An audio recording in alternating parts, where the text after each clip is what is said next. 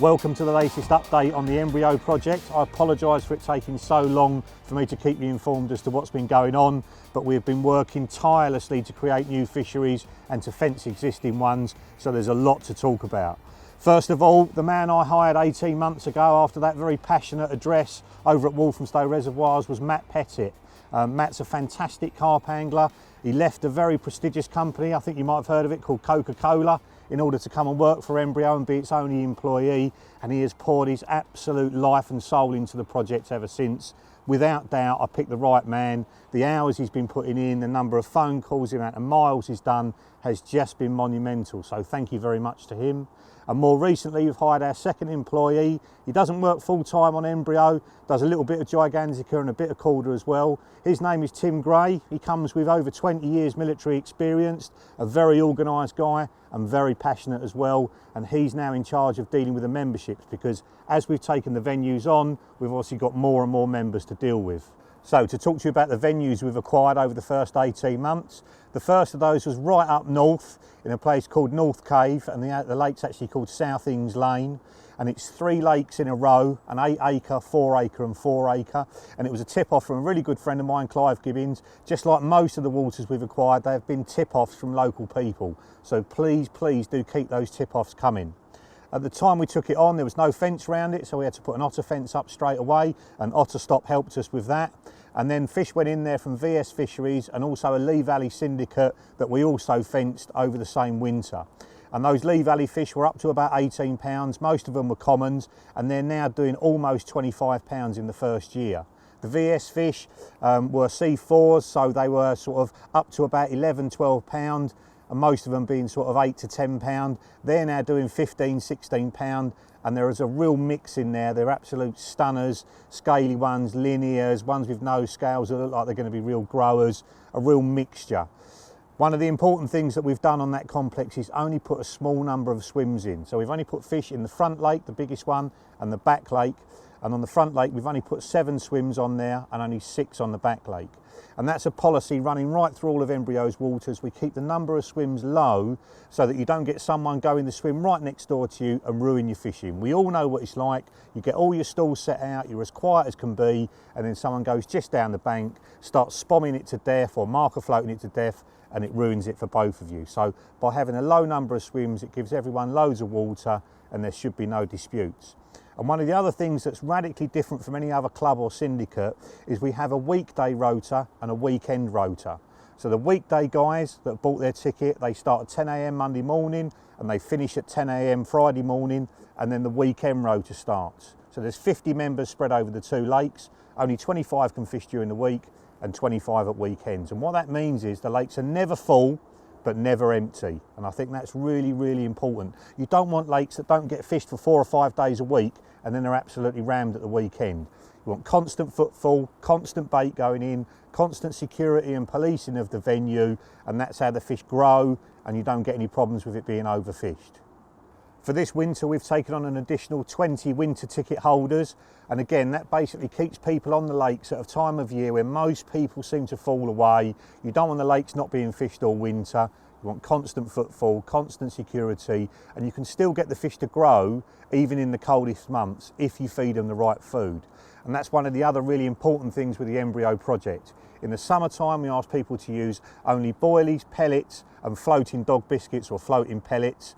No particle at all, and then in the winter that completely reverses. Stop using the pellets completely, stop using high oil and high fat boilies like fish meals and ones that are glugged up, and start using stuff that's going to go through them in cold water.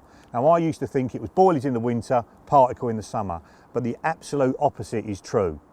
You want to put boilies in the summer because they're high calorie, and then particles in the winter because they're high carbohydrate and they go through the fish really easily. If the fish carry on eating particles all the way through the winter, they will carry on getting caught. If they keep eating high protein or high fat boilies and pellets in the winter time, they can't process it in cold water, it sticks inside them, they go completely dormant, and then they're uncatchable. If you basically give them particles, so carbohydrate, bird food boilies and that sort of thing, it goes through the fish really easily and hey presto, they keep feeding. And I think that's why our lakes have got so hard in recent years. We all think it's because they've eaten so many boilies in the summer, they don't need to eat anything in the winter. And yes, that may be true to a degree, but I think more that we're giving them the wrong kind of food in the winter time. So we're not trying to make it difficult for our members. We want them to catch all the way through. So by having this particle and high carbohydrate boilie in the winter, we keep them feeding all the way through, and it actually makes the winter tickets worth having. This winter we aim to knock through the front lake into the middle lake, which hasn't been fished or stocked up to this point, put 6 new swims on the middle lake and just put a few extra fish in, but only bigger ones. The overwhelming response we've had from the members is they want bigger fish, but we are not going to put fish that have come from abroad, that have been grown up to huge sizes. We want them to come from English suppliers. We want them to grow naturally in the lakes that they're stocked into, so they last a long time and stay in a real carp fishing situation. I don't like these things where fish are force fed up to big weights. For me, it's unrealistic and it distorts the whole view of carp angling. So in the springtime, we're going to take on 30 new members if we do knock those through. The extra swims will cope with those people easily. 15 of them will be weekday members and 15 will be weekend. And then the plan is to keep with the pellet and boilie system, and hopefully in a few years' time we might have a 40-pounder in there. The second lake we've taken on is one that we're actually buying, and we will rent or buy, we really don't care. And basically how that works is I lend the money to Embryo, and then the ticket revenue over the next 20 years pays the loan back, and the lake is owned by Embryo, not by me. And you might think, well, why is Danny pumping all this money into this thing and he's not going to end up with any possession at the end of it? I want to do this to further fishing, to secure fishing. Carp fishing's been very, very good to me. It's allowed me to really use my entrepreneurial flair to its full effect, and I've absolutely loved every minute of it, and I want to put something back into the sport that's been so good to me. So basically that's how it's going to work. The venues are the property of the organisation, not any individual. And it's very, very important to me that no individual ever makes a profit from it. So I'll never take a penny out of it. Yes, we have employees, they earn a wage, but that is it. It's very, very much to secure fishing and to provide something brilliant for the members for years to come. So the second lake is at Staunton Harcourt, really near the Linear Complex. It used to be the old Vauxhall Club Lake. And after some problems at the start with a few undesirables that didn't want us to take it on, that's all now been ironed out, and the lake is fishing absolutely brilliantly. And that pellet and boilie only rule for the summer has made a massive impact on the size of the fish. We haven't stocked any fish into that lake at all. That was at the request of the guys that actually joined it this year. And basically we wanted to see how the fish that were already in there would grow. And fish that have been 25 pounds for years have now pushed through the 30-pound barrier. And we've actually got 15 different 30s that have come out this year, which is far more than we expected. There's about 50 to 60 fish in there. It's about 10 acres, absolutely crystal clear, loads of features. And on that one again, we've got 50 members, 25 weekdays, 25 weekends, and it is working absolutely perfectly. The lakes are never empty and they're never full as well. Staunton wouldn't be such a success without the syndicate manager, Pete, who's running it for us completely free of charge. He's pouring his absolute life and soul into it, and it really shows. The same up north, Colin at South Ings Lane is there all the time, putting loads of effort into it with his little band of merry helpers, and the lakes as a result look absolutely stunning. And that is a key part of Embryo. We need volunteers, we need local people that are going to pour their life and soul into the venues and really bring them to their full potential. There isn't the money with low ticket prices, there just isn't the money to employ people to do that. So each time we take a new water on in a new part of the country, we need a brilliant syndicate manager to run it for us. The next one we've taken on is Core Cuts. That's really near to Cambridge. That's got about 15 fish in it already. Some of those go above 35 pounds, but most are quite small. We're stocking over 200 fish in there this winter, putting an otter fence around it like we do on all of our venues. And in January, we'll be taking 60 members on for that, 30 weekdays and 30 weekends. And I'll actually be joining that one myself on a weekday ticket. And you might be thinking, why is Dan joining? Why does he have to pay for a ticket?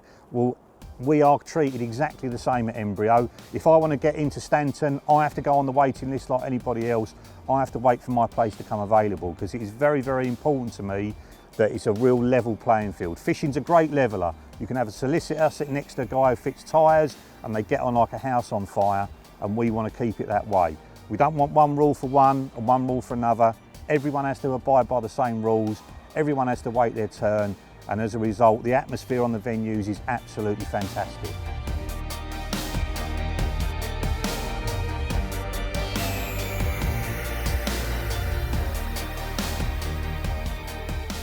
Our most recent acquisition is a lake in the Peterborough area. It's again one we're renting, and it's happened quite quickly. A lot of the lakes probably take 6 months to a year to actually get all the paperwork in place and get everything ironed out. This one's only taken a few months. It's 8 acres, we're only going to put 6 swims on it, no fish in there at all at the moment, so we're stocking it over this winter, and the plan is to make it something like Staunton, so one day it will be producing 40 pounders. So if you want a ticket for that one and any of the other ones that we've mentioned here, look at the email address on the bottom of the screen or telephone the number that we've got there to put your name down on the waiting list. Unfortunately now Staunton is closed because we have as many people on the waiting list already as our members of the current syndicate.